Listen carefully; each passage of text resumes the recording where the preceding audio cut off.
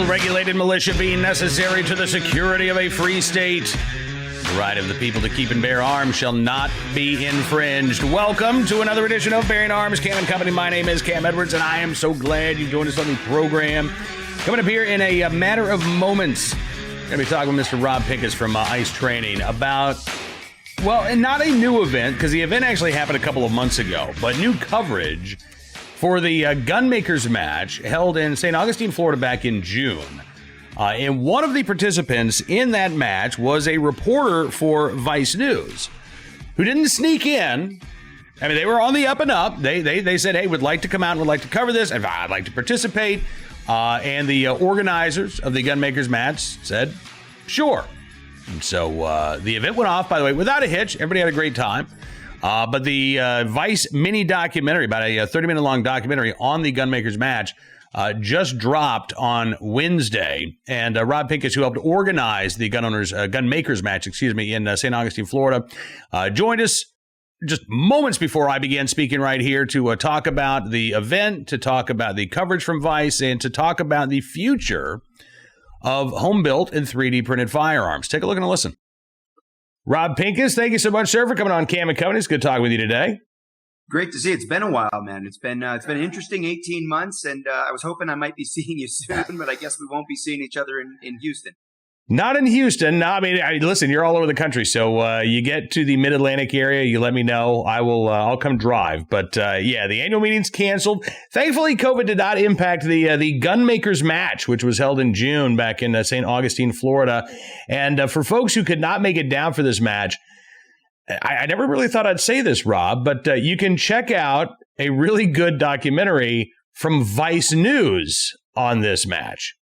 Yeah, it's been great that this thing dropped, and it's got between their couple of channels they're on, there's over 500,000 views already on this 30-minute mini doc, and it really is fair. I mean, it's a news piece, right? You're going to get the sensationalism. They're going to let people know, like, people are scared of ghost guns, and people are worried about gun making, and the government wants to do this, and the police say that. But at the end of the day, a solid 25 minutes of that 30-minute video aren't about the backdrop. It's about what was really happening at the gunmakers match. And what was really happening was a lot of people, about 100 people were there. Almost 50 competitors shot in the event, and they all did it with privately made guns, whether they were 3D printed guns, which the documentary really focuses on, or kit guns from companies like Polymer 80. And it was the first event of its kind. It was put together by Guns for Everyone National, a national nonprofit that wanted to put together a unique competition series, and the Are We Cool Yet group, the Aussie group, who support 3D printers in the firearms community and are just great in terms of design, support, education. And those two organizations came together, and I've got a little experience running matches, so I organized the actual event on the ground, and it was a great experience. Well, and it is cool that, I know you wrote about this at Ammo Land, the fact that when Vice was coming out there, you got some criticism of that. Like, why are you letting these anti-gun people in? So what was the decision-making process of, all right, do we want to allow this platform that is traditionally, and I'll be honest with you, Rob, I find it really weird that Vice News, I mean, look, they're pro-drugs. You can tune into a Vice TV and you can watch, some dude taking ayahuasca, I think is how you pronounce it, in Peru, and, tripping his face off. But they're kind of down on legal gun ownership. So was this a controversial decision within the organizers to allow Vice to not only be there to film, but actually to take part, to have one of the reporters compete in this event? It definitely was something that we discussed. I think at the end of the day, everybody was aligned. Some people were more nervous than others. Other people were sort of, take it for what it is. It's not like we want to hide. One of the big reasons the gunmakers match came to fruition was because the guys from the 3D printing community, and I'm new to this, right? I got into the 3D printing community late last year. And I started getting really in with the Aussie guys, and they were really helping me, coaching me, sort of, helping me figure out how to set the machines up and all that. And one of the things they would complain about is there just aren't a lot of ranges for them to go shoot at. And there aren't a lot of organized activities. And in fact, part of sort of the mystique of some of the gun making community is the anonymity, is the, showing up on a YouTube video with a balaclava and guns and proving your gun works, and sort of that, playing into the ghost gun motif. And unfortunately, I believe that some of that has hurt us as a gun community. It's kind of hurt the image of gun makers as maybe people who are up to, nefarious things and maybe supporting criminal activities, things like that. And that's the furthest thing from the truth. So it was really important for the gun makers match to be, real names, no masks, families together, people from different cultures, people from all over the country attended. We had over 25 states represented at the gun makers match, and letting in media from outside of the gun community was really important to me. I've had some good experiences with Vice. I'm like you. I'm a little confused. It's like a choose your freedom thing. If I can learn about ayahuasca and heroin, why can't I, learn about gun making and other libertarian freedom loving activities, right? It's a little bit anachronistic, but it's sort of like the ACLU, right? Like they're really into right. civil liberties, except maybe not firearms all the time. So there's a conflict. I'll be honest. I've taken a lot of conservatives to task because conservatives aren't the most liberal, freedom loving people when it comes to things like drugs or maybe certain sexual activities and things like that. So I don't think anybody in our country has a monopoly on freedom. But I do think that what we need to do from a gun rights advocacy standpoint is reach out outside. I mean, obviously, Cam, you and I have been doing media stuff together for a long time. It's probably over a decade. I love being on your show. I love talking to gun owners. I love talking to people that believe like I do. But it's incredibly important from an advocacy standpoint that we get out of this, the safe space, so to speak, and we do talk to people who don't agree with us. Oh, absolutely. And particularly, I think over the last year and a half or 2 years, we've also seen I won't even call it a pro-gun argument, but I will call it an anti-gun control argument from the left. And it's not, listen, we've got a right to keep and bear arms and these rights are being infringed. It's more of, hey, when we're policing and enforcing these gun control laws, wow, we're putting a lot of people in prison, and a lot of them are young black men in prison for nonviolent possessory offenses. Is that really what we should be doing? I noticed the prosecutor in Ingham County, Michigan, for example, had just announced that she's going to be scaling back the number of prosecutions on felony gun charges, where we're not talking like armed robbery. We're just talking about simple possession charges, because in Michigan, that comes with a 2-year mandatory minimum prison sentence.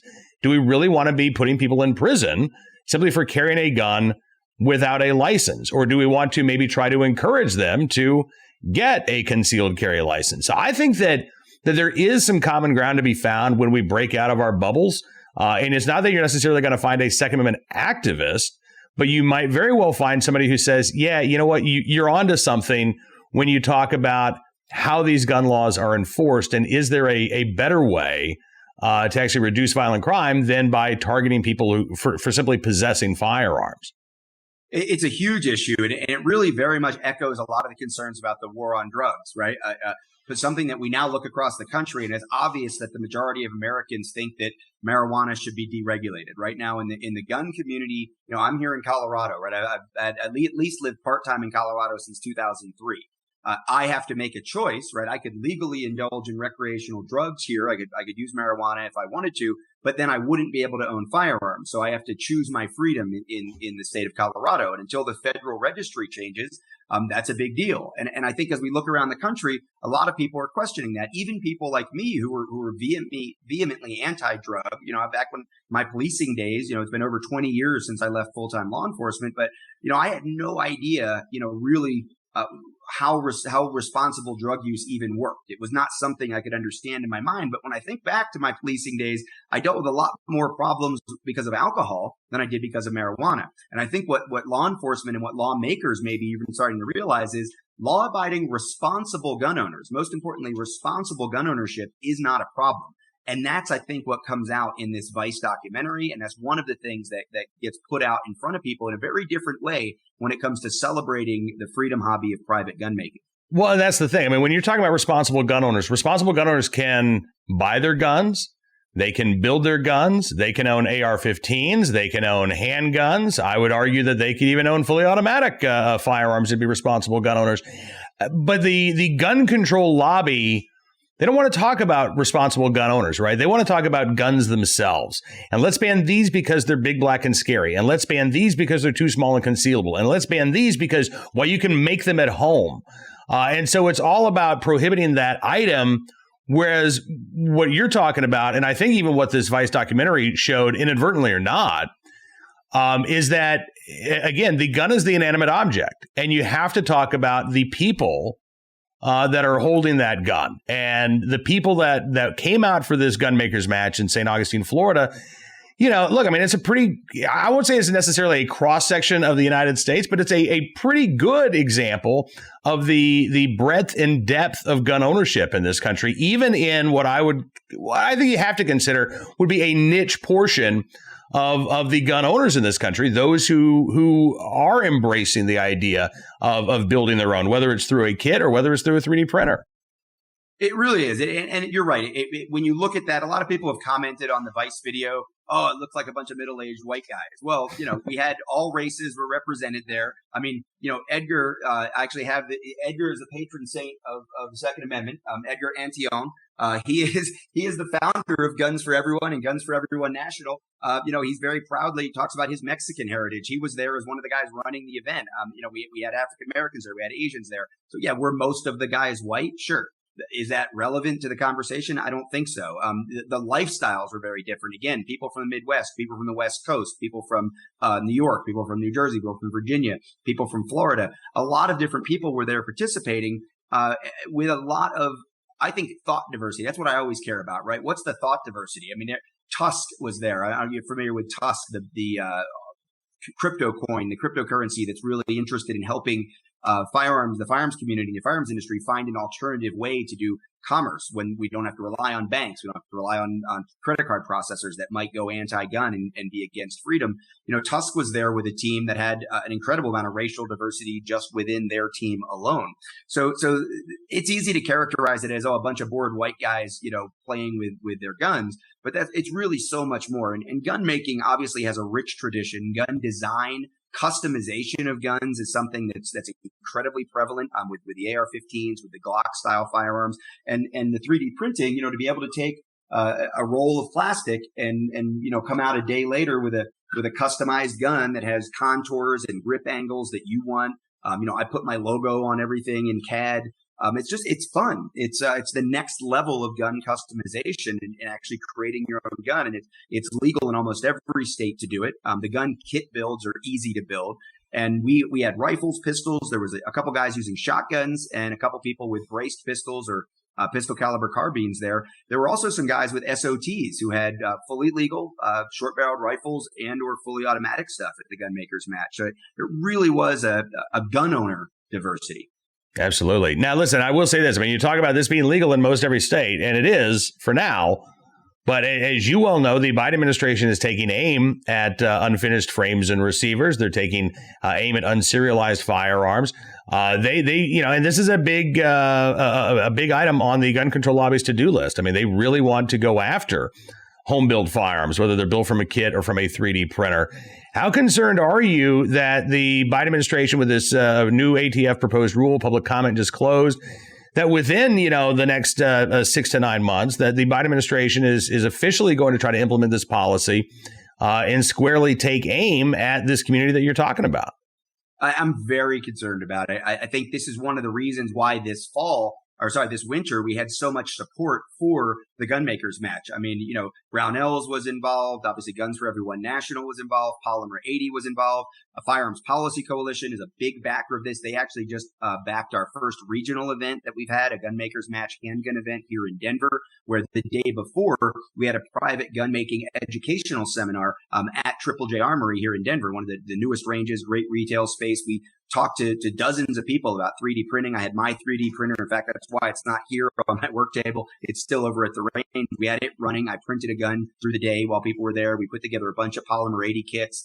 The idea that we're under attack and this is one of the sort of big ticket items on the Biden agenda is very, very real. The commenting opportunity just closed. I kind of wish this Vice documentary had dropped a month ago and gotten more people excited about it, because it's been great. Usually we joke about avoiding the comment section. The comment section on this Vice doc has been amazing. So many people saying, I didn't realize this was legal. I didn't know that I could do it so easily. I didn't know it was so inexpensive. I want to do this now. And these are gun owners. This isn't just necessarily changing the minds of people outside of the gun community, which again is important. And I think that's happening as well, as you can see in the comments. It really is about more gun owners realizing this is fun, because I've had a lot of gun owners, friends of mine, people in the industry, companies say, hey, what are you doing with all this 3D printing? Like, that some of that's a little bit edgy. Some of that's a little bit, questionable. And it's like, no, it shouldn't be. This is something that should not be in the shadows. I mean, I put together I was building, like many of us in the 1990s, I was building 1911s from script frames. It was registered. It had a serial number,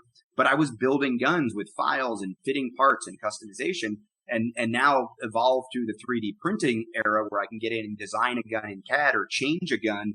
One of the things I'm working on here is a little PDW style thing for a SIG P320 top end and a SIG 320 fire control unit.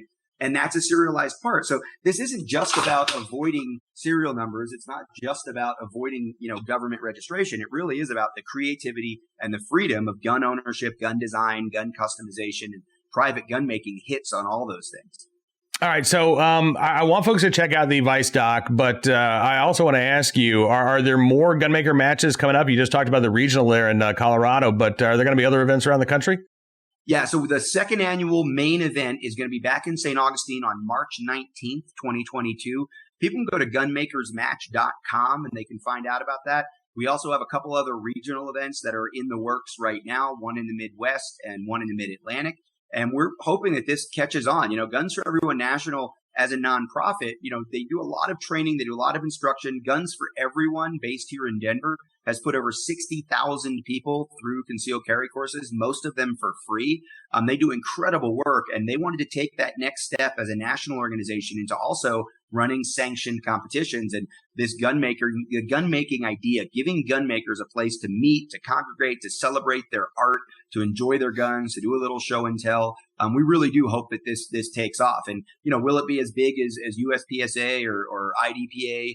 Maybe not, right? May never get that big, but could it be as big as, precision rifle stuff? Yeah, absolutely. Could it be as big as some of the other little niche events that go on around the country? Sure. Bianchi Cup. How many people really do Bianchi Cup type shooting anymore? And yet it's a staple of the firearms community. I think the Gunmakers match is headed in that direction. I'm wondering if you could maybe is there room for like a SAS style event, maybe some sort of like cyberpunk, role play, cosplay sort of a gunmaker match? You've been talking to Michael Bain. Michael Bain came out and did an episode of Triggered on the Gunmakers match. Stephen Gutowski wrote up a great article on the Reload. People can find a lot of media if they go to gunmakersmatch.com, but that is right up Michael's alley. And of course, a lot of the younger guys that are into it, you see more things that are like more, Call of Duty-ish, I guess, when they custom design these guns. But, there's no reason not to push well down into that steampunk era. And I think Michael Bain might need to be our lead on that, because that's his style. There you go. All right. Well, listen, man, I appreciate you spending some time with us. Let me know about that Mid-Atlantic regional gunmakers match, because, that is right in my neighborhood. I will certainly drive up or down or east or west, wherever I need to go to take part in that. But in the meantime, gunmakers match, Rob Pincus from Ice Training. Thank you, sir, for joining us on the program. It's good talking with you today. Great to see you, man. Thank you. Appreciate Rob joining us on the program. I'm serious, by the way, about going out to that Mid-Atlantic regional, although I will need some help because I don't have a 3D printer. Basically, for like the past 5 years, all spare change has gone towards paying doctor's bills for Missy's fight with cancer. And that's cool. I'm all right with that. But you know what? We've got such a good community that I'm sure if I were able to come up with maybe the cost for the raw materials, somebody in the 3D printing community would be able to help me out here in terms of printing out a design so that I could participate in that match. And in my coverage, I guarantee, will be at least as fair as what you saw from Vice News. All right, let's turn our attention to today's Armed Citizen story, our good deed of the day, and our recidivist report. We'll start there with a story out of St. Louis, Missouri. I'm just going to give you the headline. Jefferson County man on probation in crossbow attack, now charged with using machete and assault. Yeah. Well, I guess you won't hear the gun control activists talk about this because crossbow, machete, and they don't care how violent a crime is as long as a gun is not involved. 31-year-old Ted Treese charged in at-large warrants this week with first-degree assault and armed criminal action after he is accused of attacking a man with a machete while being on probation for a crossbow attack in 2018.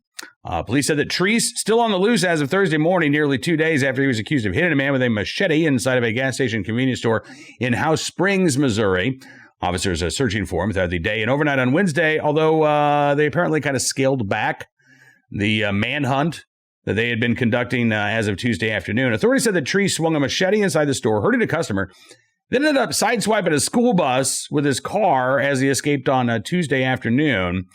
According to online court records, Treese was convicted in Jefferson County, Missouri in a previous assault after he fired a crossbow at an acquaintance that he accused of damaging his car back on July 19th, 2018. Authorities said he injured the man's hand with a crossbow, and then, now's where the gun control activists get involved. And then Treese fired an AR-15 at the man's feet. The case also involved alleged threats to police in a search that stretched to central Missouri. He pleaded guilty the next year and was sentenced to 3 years in prison. But the judge in this case said, you know what? I'm going to put you on probation instead. We're going to suspend that prison sentence. And if you stay out of trouble, then you don't have to worry about going back behind bars. Well, so much for that. A probation violation filed with the court back on July 26th. Treese is also facing a pending charge in Jefferson County for domestic assault. Back in May, the arrest warrant said that Treese is a persistent offender with 4 felony convictions, including unlawful use of a weapon in St. Louis City, assault and resisting arrest in Columbia, Missouri. Now, here's the thing. So I'm not sure when that first felony conviction was, but if that first felony conviction happened before July 19th of 2018, I'm very curious why Mr. Treese was never charged with being a felon in possession of a firearm during that crossbow assault back in the summer 3 years ago.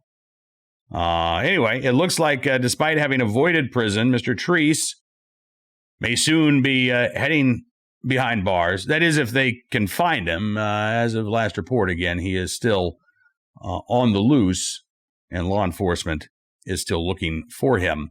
Let's turn our attention now to today's armed citizen story from South Carolina.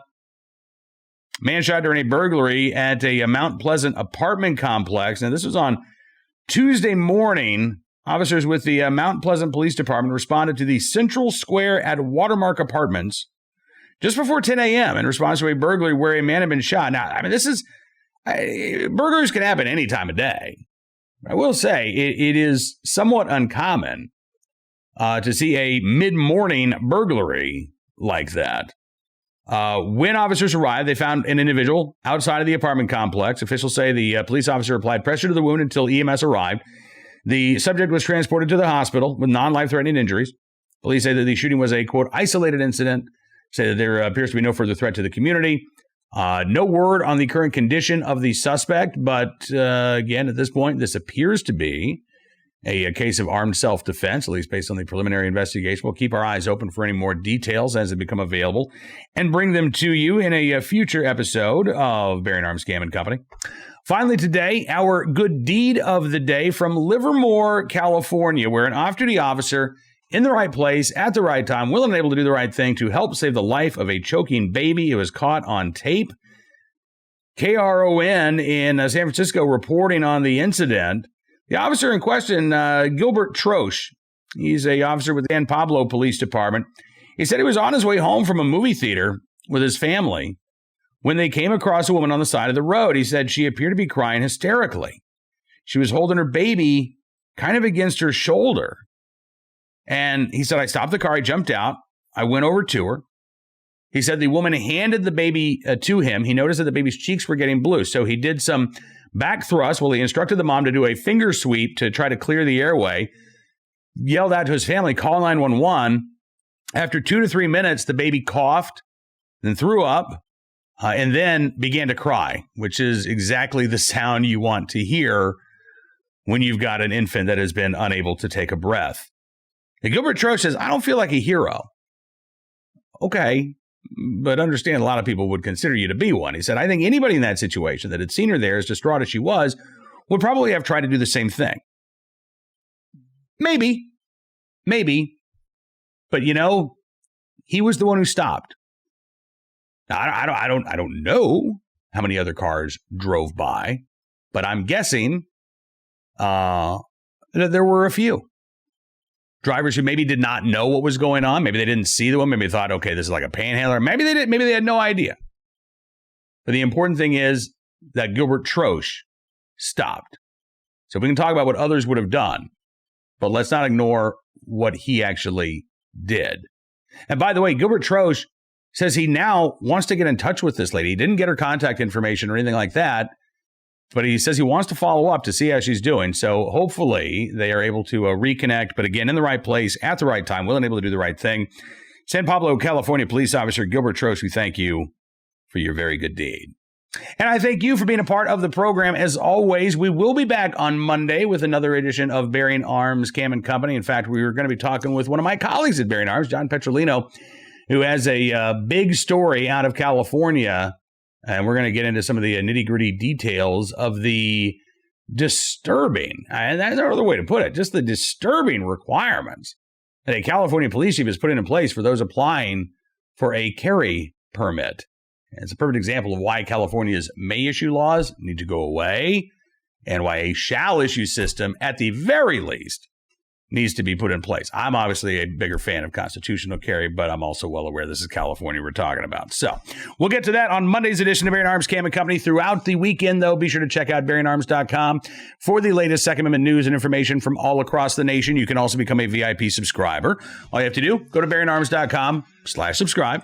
You can use the promo code GUNS, get 25% off of your VIP membership, and in exchange, not only will we be supporting the website and programs like this, but we're going to give you exclusive stories, commentary, and more as a way of saying thank you, because we really do appreciate your support. Hope you have a fantastic weekend. Until we talk again, be well, be safe, and be free.